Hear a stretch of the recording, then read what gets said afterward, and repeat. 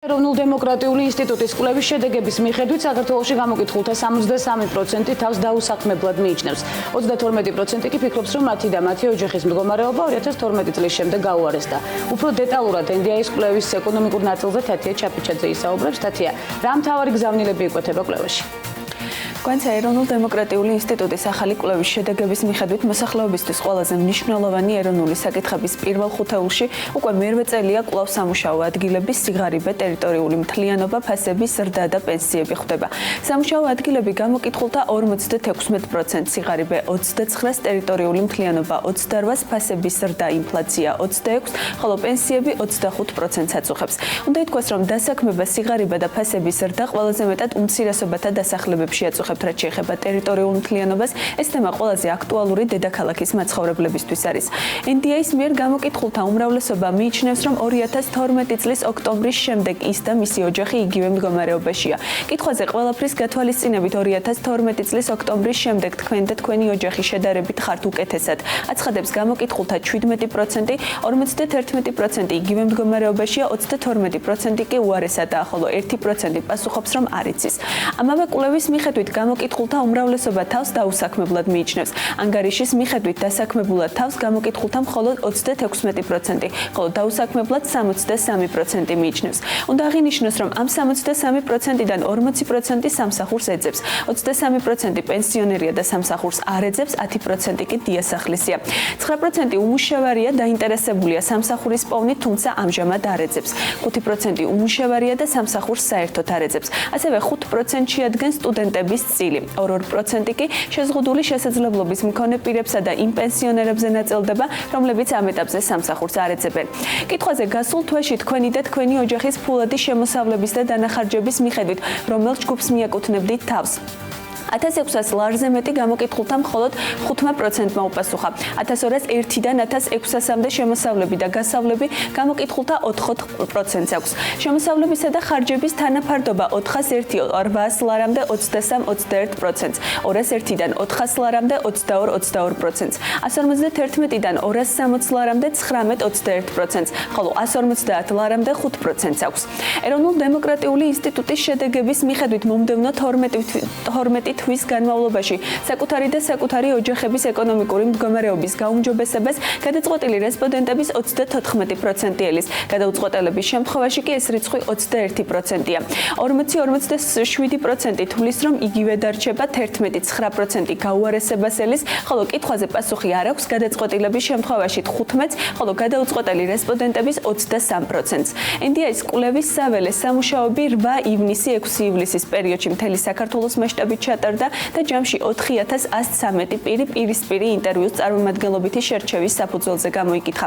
NDI-ის კვლევებს შვედეთის საერთაშორისო განვითარების და თანამშრომლობის სააგენტო აფინანსებს და CRRC საქართველო ატარებს. დიდი მადლობა თათია საინტერესო მონაცემების მოწოდებისთვის. უმუშევრობა საქართველოს მოსახლეობისათვის კვლავ მთავარ პრობლემად რჩება, როგორც მოისმინეთ. NDI-ის კვლევის შედეგები და შეფასებები არსებულ ვითარებას ეკონომისტები ზვიად ხორგვაშვილი და მიხეილ დუნდუა შეაფასებენ, ასევე ახალი პოლიტიკური ცენტრი გირჩის წევრი გიორგი ფოფორაძე შემოგვიერთება ცოტა ხანში. მოგესალმებით ბატონებო, მადლობა მოგზაურობისთვის. ბატონო მიხეილ, მოდით ცოტა ხნით გვერდზე გადავდოთ საგარეო ფაქტორები, ვისაუბროთ იმის შესახებ, რა არ გაკეთდა ქვეყანაში ჩვენი მთავრობის მიერ იმისათვის, რომ ეს მდგომარეობა გამოსწორებული იყო. 2009 წლიდან თუ არ ვცდები, არის ფაქტობრივად ერთი და იგივე მონაცემი დასაქმებასთან დაკავშირებით. დიდი მადლობა მოწვევისათვის. ერთი და იგივე მონაცემი ნამდვილად არ არის, არის მცირედი ზრდა, თუმცა დასაქმების დაკერებულთა ზრდის ტემპის საგრძნობი მომატება ფიქსირდება. თანმიმდევრულია. დიახ, მოდი რომ ნახოთ, შევადაროთ მიმართულება. აქ მე მინდა CRRC-ის კვლევას გამოვიხმაურა, ეს არ არის NDI-ის კვლევა, NDI ფული გაიღო, სიდამ დააფინანსა NDI-მა დააფინანსა CRRC საქართველო და ეს უკანასკნელი ნაციონალურ მოძრაობასთან აფილირებული ორგანიზაცია, რომელიც არც ერთი კვლევა რეალობას არ დაემთხვა. ამასინდ მაგალითად კორუფციის შესახებ კვლევა გამოაქვეყნა, სადაც კატასტროფული სიტუაცია აჩვენა. 3 თვის შემდეგ საერთაშორისო საფინანსო კორპორაციამ იგივე კვლევა გამოაქვეყნა კორუფციასთან დაკავშირებით, ეს პროცესი ნაკლები შედეგი დადო. ასე რომ რეალურ არც საერთაშორისო კვლევას არ ეკვლევა, არც რეალურ. ახლა შეიძლება საუბრობთ თვითონ ჩვენ როცა უმუშევრობაზე ვსაუბრობთ, სერიოზული და მწვავე პრობლემაა, მაგრამ CRRC-ის პრიზმაშიც არ უნდა განვიხილოთ, მისი წონა არ უნდა ავწიოთ, იმიტომ რომ ის არაა სანდორი. რამდენ ახლა რაც შეეხება დასაქმების მაჩვენებელს, ჩვენ 3 წელიწადში 3 წელიწადში 90000-ით გაიზარდა დაქირავებულთა რაოდენობა, აქედან 1200-ით სახელმწიფო სექტორში, დანარჩენი 99000 დაასაკდა კერძო სექტორში. ახლა თუ ჩვენ შევადარებთ სხვა მაჩვენებელს, მაგალითად წინა პერიოდის მაჩვენებელს, საშუალო წელიწადში 30000 გამოდის 3 წლის მანძილზე, მაშინ როდესაც 2003-დან 12-ის ჩათვლით მხოლოდ 44000-ით გაიზარდა დაქირავებულთა რაოდენობა, 7-დან 12-მდე 37 ეს სტატისტიკის მონაცემებია, რომელსაც სხვათა შორის გეტყვით როგორ ემთხვევა ეს მონაცემები ერთმანეთს. ანუ რეალურად დასაქმების ტემპი 5-ჯერ გაიზარდა, მაგრამ საშუალოდ მაგრამ ეს პრობლემა შეიძლება ეს არის საკითხი თორე ანუ კვლევაში ამაზე საუბარია მაგრამ რა არის მნიშვნელობა აღნიშნოთ რა მნიშვნელობა 90000 არის მთელი სამუშაო ძალის 4%. ანუ რას ნიშნავს ყოველი 100 მოქალაქიდან ჩვენ რო გავაჩეროთ მხოლოდ 4 იტყვის რომ ის ახლა დასაქმებულია. მართალია 5-ჯერ გაიზარდა დაქირავებულთა ზრდის ტემპი ამ ფულ კრიზისურ საგარეო შოკურ სიტუაციაში, მაგრამ მიუხედავად ამისა ის მაინც მცირეა. ახლა რაც შეეხება CRRC-ის მაჩვენებელს, საინტერესო დამთხოვა ერთ რომელიც სხვა რამეზე მიუთითებს ალბათ და აქ საინტერესო ჩვენს ყურადღება გამოვახვილოთ ამ ფაქტორზე. სტატისტიკის მიერ გამოქვეყნებული ინფორმაციით, ოფიციალური სტატისტიკით, დაქირავებულთა რაოდენობა სამუშაო ძალის 37%-ში ადგას. ანუ სხვა დანარჩენი არის 63%. ეს 63% ზუსტად ემთხვევა CRRC-ის გამოქვეყნებულ კვლევას. ძალიან ძნელია და პრაქტიკულად ნულოვანია შანსი იმისა, რომ ერთი კვლევის შედეგი მეორე კვლევის რაღაც მომენტში ზუსტად დაიმკვიდროს. იმას უფრო მეტად რომ ხო არ არის ეს ხელოვნური მაჩვენებელი და ხო საერთოდ ჩატარდა კვლევა ამ მიმართულებით. თქვენ ფიქრობთ, რომ საქართველოს მთავრობამ იმუშავა ზედმიწევნით თანმიმდევრულად და რეალურად მას ხარვეზი არ ქონია ამ მიმართულებით? ამასთან დაკავშირებით კვლევა გამოაქვეყნა უფრო ავტორიტეტული ორგანიზაციამ, ეს არის მსოფლიო ეკონომიკური ფორუმი, რომელიც მთელ მსოფლიოს მასშტაბით განიხილავს მაკროეკონომიკა რა არის ესა დასაქმებულ მუშავრობა, ეს არის ეკონომიკური და ესაა ფასების სტაბილურობა. ჩვენ 2011-12 წლის ანგარიშის მიხედვით მსოფლიოში ვიყავით 127 ადგილას 152 ქვეყანაში, ანუ ბოლოდან მე-7. ახლა ვართ 51 ადგილზე. ანუ მსოფლიო ეკონომიკური ფორუმი აცხადებს, რომ საქართველოში მაკროეკონომიკური გარემო გაუმჯობესებულია. მაშინ რის ბრალია უმუშევრობა? უმუშევრობა ბრალი არა მთავრობის უმოქმედობის ან მისი ეფექტიანობის ვარდის, რომლის მიხედვითაც 19 საფეხური ენის დაგვაქვს იგივე ამ ფორუმის კვლევის შედეგად. არამედ იმით, რომ საგარეო სიტუაცია შექმნა ძალიან მძიმე ვითარება, ჩვენმა კონკურენტ ქვეყნებში შემცირდა წყვილობით უნარიანობა, ექსპორტი ამის გამო შეგვიმცირდა, ძალიან რთულ შოკურ სიტუაციაში შევიდა მთელი რეგიონი და ბუნებრივია საქართველოში, სომხეთში, აზერბაიჯანში, ბატონზეა განსხვავებული მოსაზრება აქვს საგარეო ფაქტორის ფაქტობრივად გამორიცხვა. ბატონზეა მოგესალმებით ჩვენს დილამშვიდობის. თქვენ რამდენად იზიარებთ თქვათ რეალურ ვითარებას რამდენად შეესაბამება CRRC-ის კვლევა, რომელიც დღეს საქართველოშია. ვახსენეთ, რომ სამუშაო ადგილები გაიზარდა და თქვენი მოსაზრება და შემდეგ უკვე ჩაიკითხებით. მოგესალმებით, მადლობა მოწვევისთვის. პირველ რიგში მოხარული ვარ ეთერში რომ დაბრუნდა საქმე ინდილა და უსურვებ წარმატების ამ პროექტს. რაც შეეხება თქვენ კითხვას, მე პირადად და ზოგადად მე არ მესმის საერთოდ NDI-ის და მსგავს კვლევებს თქო აირაის თუნდაც რატო უცხადა მან ხოლმე იმას პროტესტს და არენდობიან, იმიტომ რომ საკმაოდ ავტორიტეტული კვლევაა. მე პირადად ვიცნობ ადამიანებს ასევე, რომლებიც მაგალითად ფილდზე სამუშაოს აკეთებენ, ეს ადამიანები არიან ძალიან პროფესიონალები და საერთოდ არანაირი პარტიული კუთვნილება არ აქვთ. შესაძლებლობას რა თქმა უნდა რეალობას ასახავს თალსახად. მე რო შევხედოთ, რა თქმა უნდა, რო შევხედოთ პირველ 8 ადგილს, ხო, თუ არ შევხედოთ ტერიტორიულ მთლიანობას, 7 დანარჩენი 7 ეს არის სოციალური საკითხები მთლიანად.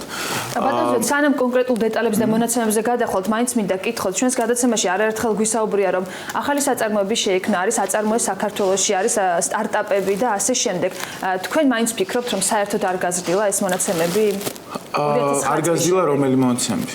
თქვათ დასაქმება ისევ იმ დონეზე არის და მოსახლეობა ისევ იმ დონეზე თulis რომ უმუშევარია. დასაქმება ისევ იმ დონეზე ალბათ არ არის, რა თქმა უნდა. თუმცა მე პირადად საკმაოდ ეჭვმიტყვით უყურებ თქვათ საქართველოს სტატისტიკის ეროვნული სამსახურის მონაცემებს, როდესაც მიშამაც ისაუბრა, რომ ძალიან სწრაფად შემცირდა უმუშევრობა და უბრალოდ არ ჯდება ჩემი აზრით ლოგიკაში ის რომ სამუშაო ადგილები იქნება, ერთი თუ მთავრობა ასაქმებს ბევრს და ფაქტი ესეც არის და მეორე სამუშაო ადგილებს იქნება მაშინ, როდესაც გვაქვს მაღალი ეკონომიკური ზრდა და გვაქვს ინვესტიციები, ხო, ქვეყანაში. სხვანაირად, სამუშაო ადგილების ჰაერიდან, მიწიდან ვერ ამოვა. მთავრობის პოლიტიკა რამდენად სწორია, ბატონო? ხო, მთავრობის პოლიტიკა ერთი მხრივ მთავრობა საერთოდ სამუშაო ადგილებს არ ქმნის რა. ანუ იმის მიუხედავად, რომ რაღაც პროექტები შეიძლება დააფინანსოს და ასე შემდეგ, ხო? რაღაც ხო, ხელშეწყობას ვამბობ, ხო? ანუ მსგავსი სამუშაო ადგილები ყოველთვის არის პრობლემური. ერთი არის მოკლევადიანი, მეორე არის ანუ საკმაოდ გრძელი თემა რა. მთავრობის როლი რა თქმა უნდა გაიზარდა ეკონომიკაში და მთავრობის როლის და ყოველთვის უარყოფითად აისახება მათ შორის ეკონომიკურ ზრდაზე. ჩვენ ხედავთ ეკონომიკური ზრდა რა გვაქვს და რაც არ უნდა ვაბრალოთ თქვათ ევროკავშირის წყვილობის უნარების შემცირებას, რაც ასე არ არის და ევროკავშირში მაგალითად ექსპორტი შემცირდა და შესაძლოა წყვილობის უნარება მათი არ შემცირებულა. რაც არ უნდა ვაბრალოთ რაღაცებს, ხო, ფაქტია რომ გვაქვს დაბალი ეკონომიკური ზრდა, ფაქტია რომ თუმცა თქვენ აცხადებთ რომ შესაძლებელია იყოს 12%-იანი ეკონომიკური. ფაქტია რომ ინვესტიციები რომ ჩავშალოთ, ხო? ძალიან ბევრ სექტორში გვაქვს ძალიან ცუდი მდგომარეობა, თუნდაც ენერგეტიკის სფეროში და ასევე სხვა მონაცემის რო ავიღოთ, თუნდაც იმპორტი რო ავიღოთ, ხო? აი იმპორტია ძალიან მნიშვნელოვანი აქ რა. იმპორტი გვიმცირდება უკვე ძალიან დიდი ხანია. უკანასკნელ თვე რაც გამოქვეყნდა იმპორტის ძალიან მაღალი და თუმცა ეს ძირთად კანადაზე მოდის, რაც მედიკამენტებს ეხება. ანუ მოხმარების 60% ჩვენთან არის იმპორტირებული პროდუქცია. შეუძლებელია ჩვენ გავმდიდრდეთ და მოხმარება შევამციროთ. ანუ თქვენ რო გავმდიდრდეთ მოხმარებას რატო შეამცირებთ, ხო? და რაც შეიძლება თქვენ კითხვას კი, რა თქმა უნდა, საქართველოს აქვს მაღალი ზრდის პოტენციალი, მაღალი ზრდის პოტენციალი აქვს ყველა ქვეყანას მსოფლიოში.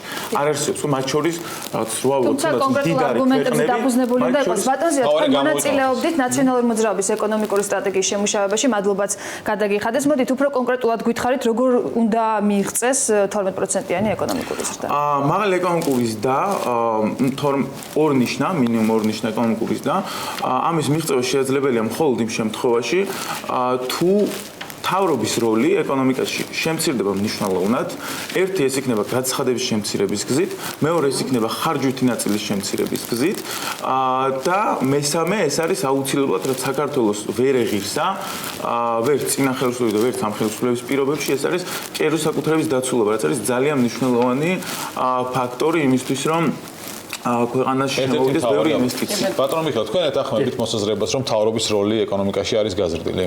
მე ვეთანხმები სოფლიო ეკონომიკური ფორუმის მოსაზრებას, რომ მთავრობის ეფექტიანობა არის გაზრდილი, მისი რეგულაციების დონე მნიშვნელოვნად შემცირება. რამდენიმე მონაცემს წაკითხებთ ახლა, რაც სოფლიო ეკონომიკურმა ფორუმმა 2015 წლის 1 სექტემბრის მონაცემებით დათვლით გამოქვეყნდა.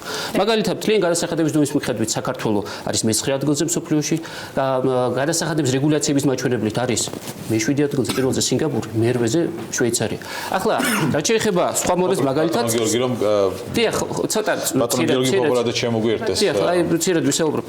საკუთრების უფლების დაცვასთან იყო დაკავშირებული 2012 წელს ვიყავით 131 ადგილზე. 12 მოადარებთ ზოგადად ახლა ვარ 58 ადგილზე, ანუ პროგრესი ცალსახად ძალიან ძლიერია. 131 ადგილიდან საკუთრების უფლების დაცვის კუთხით 58 წელს დაწინაურდები და ევროკავშირის დაახლოებით 9 სახელმწიფო საჯობები. ეს ძალიან მნიშვნელოვანი შედეგია. ანუ ამის დაკარგვა რა თქმა უნდა არ შეიძლება და ნათელია, თუმცა აქ საუბარია რომ ზოგადი ვითარება არის დარჩენილი. ხას უსვამს რომ მთავრობის ეფექტიანობა 19 საფეხურით გაუმჯობესდა. კი არ გაუარესდა, ანუ მთავრობის ბრალი კი არ არისო თქვენი ეკონომიკური სიდუხჭირე, არამედ გარე ეკონომიკური ფაქტორები, რომ მთავრობის ეფექტიანობის კუთხით არის საგრძნობი დაწინაურება და მაგალითად წაკითხავთ. საქართველოს სოფლიო ეკონომიკური ფორუმის შეფასებით მთავრობა ჯობნის ეფექტურობით ბელგიის, საფრანგეთის, ისრაელის, ჩეხეთის, თურქეთის, ლატვიის, ლიტვის, სამხრეთ კორეის, პორტუგალიის, ესპანეთის, რუმინეთის, პოლონეთის, ბულგარეთის, სლოვენიის, უნგრეთის, საბერძნეთის, სლოვაკეთის, ხორვატიის და იტალიის. გიორგი პოპორაძე გვერდება პირდაპირ ეთერში. ბატონო გიორგი, დილომშვიდობის. თქვენ როგორ ფიქრობთ, ეკონომიკური სიდუხჭირე ბატონო მიხეილ მახსენა არ არის მთავრობის ბრალი, ეს არის საგარეო ფაქტორების ბრალიო. თქვენი მოსაზრება როგორია? მოგესალმებით პირველ რიგში, მივესალმებით ტელემაყურებლებს.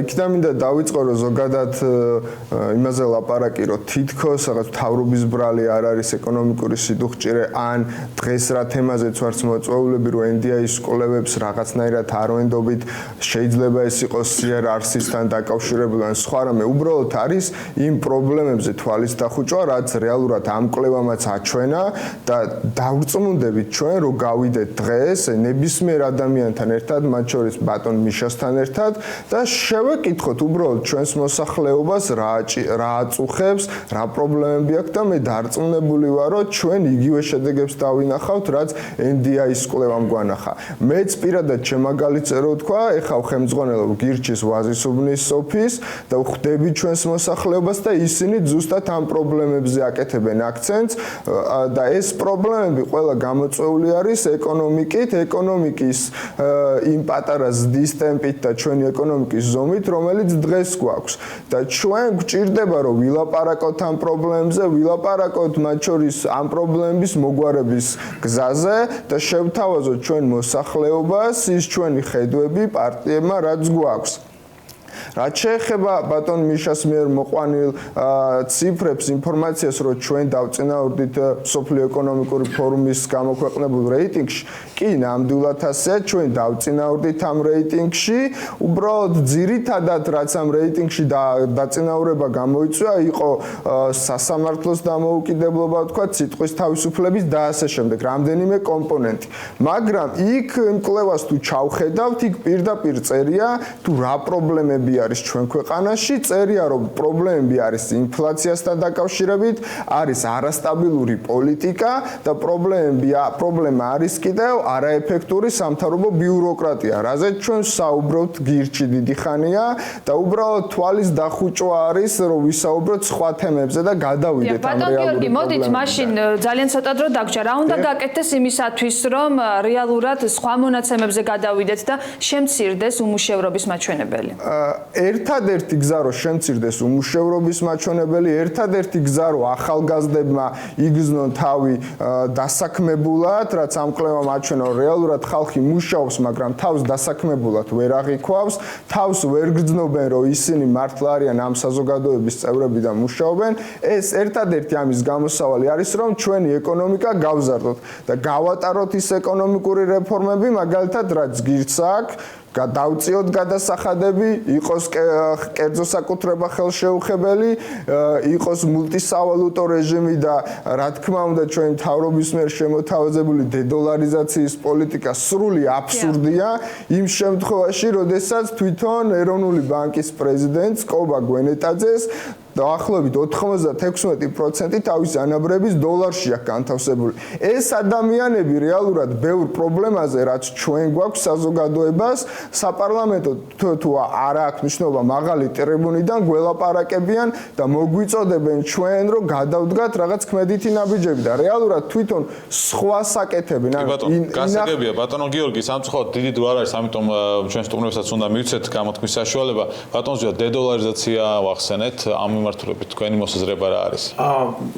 გიორგის დავეთანხმები 100%. დედოლარიზაცია არის, რა თქმა უნდა, სრული სისულელე. დედოლარიზაცია ნიშნავს, რომ არა მხოლოდ ზოგადად მორალურად არის არასწორი, რომ არჩევანს უკლავთ მოქალაქეებს, არამედ ძალიან არასწორი ასევე ეკონომიკურად, ხო?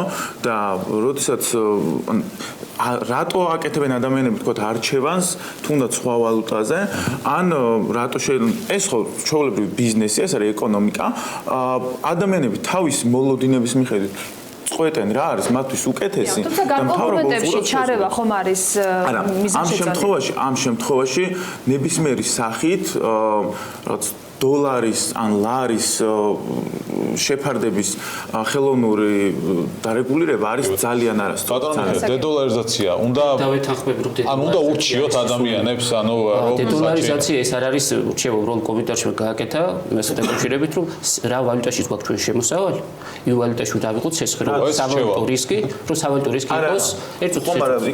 და სავალუტო რა თქმა უნდა თქვენ უფლების წარსულებას კი არ ნიშნავს. ნებისმიერ ადამიანს აქვს უფლება რა ვალუტაში უნდა იმაში აიღოს ცეცხლი, მაგრამ რაშიც აქვს შემოსავალი, უმჯობესია ავიღოთ ცეცხლი ვალუტაში, რათა დაცულიყოთ სავალუტო რისკისაგან. ეს არის ანაბარი. სხვა შორად შეეხება დოლარიზაციას, ეს არის სავალუტო ფონდის პირდაპირი რეკომენდაცია და ვერ მაჩვენებ თითქმის ვერცეთ სავალუტო ფონდის დოკუმენტს, სადაც ხაზი არაა ამ საკითხზე ხაზგასმული. თან დედოლარიზაცია დაწყებულია, ამასთან პროგრამა დაწყებულია 2009 წლიდან და მიდის ეტაპობრივად ეს პროცესი. სავალუტო ფონდთან შეთანხმებით. ჩვენ სავალუტო ფონდთან წინააღმდეგობაში ჩამოვშევით. ახლა რაც შეეხება მინდა ცოტა დროს გამოვიყენოთ მაშინ ხო ბიუროკრატიასთან დაკავშირებით ძალიან გადაჭარბებული წარმოდგენა ბიუროკრატიის არაეფექტურობას. აი მაგალითად იგივე სოფლიო ეკონომიკური ფორუმის მიხედვით საჯარო ინსტიტუციებთან ბიუროკრატიის შეფასების კუთხით 2012 წელს ვიყავით 64 ადგილზე, ახლა ვართ 38 ადგილზე უამრავ ევროკავშირის წევრ ქვეყანას ჯობნით და არნით ჩამოთვალო დაახლოებით 9 სახელმწიფო, რომელსაც ჩვენ ამ მიმართულებით უკეთესი პოზიცია გვაქვს, როდესაც 26 საფეხურით იუმჯობესებ ბიუროკრატიის ხარისხს და მაგალითად დამატებით, აი ერთი ძალიან მნიშვნელოვანი პარაგრაფი. ბატონო მიხეილ, არსებობს ბიუროკრატია ტელევიზიებში და რეკლამაზე უნდა გავიდე აუცილებლად ძალიან ცოტა დრო დაგშა. ბატონ ზიად, რამდენიმე წამიდავს უნდა დავასრულოთ. ეს კვლევებით ხაბად და ავიღებ მეც თავისუფლების ეკონომიკური თავისუფლების ინდექს heritage-ს ავიღებ doing business-ს ავიღებ და ჩამოთვლი რა ძალიან გაუარესებას ძალიან ბევრ ადგილას. ბიუროკრატიის მიმართულებით არც ჩაშლილი არის პუნქტებად ბევრი საკითხი. ბატონო ეს აზრი არა. განსაკუთრებულ წისვლა, თუნდაც Hedge Foundation-ის ინდექსი წისვლა 2012. ამგვარი სვლა უნდა გააგრძელოს როგორც ახლა მიდის თუნდაც შეცვალოს. უნდა გაუმჯობესოს და ის მიღწეული წარმატება კიდევ ფორმატად გააძლიეროს. ამ შემთხვევაში უნდა აისახოს ყოველივე ეს მოსახლეობის კეთილდღეობაზე. სამწუხაროდ ამ 3 წელიწადში მთელი რიგი სიკეთეები, რომელიც გაკეთდა და სრულყოფის კუთხით გადაიდგა სერიოზული ფუნდამენტური ნაბიჯები, მოსახლეობის სოციალურ ყოფაზე ისევე რა ისახა და ეს უნდა აისახოს უკვე სოციალურ მედის გვარ გაქვს თორემ საინტერესო გამოგვივიდა და კიდევ საუბარი და გაგვიგრძელდებოდა. მადლობა სტუდიაში მომბრძანებისთვის და რომ დაგვითვეთ დრო. ზვიად ხორგვაშვილი, მიხეილ დუნდუა და ახალი პოლიტიკური ცენტრი გირჩის წევრი გიორგი ფოფორაძე იყვნენ ჩვენი სტუმრები.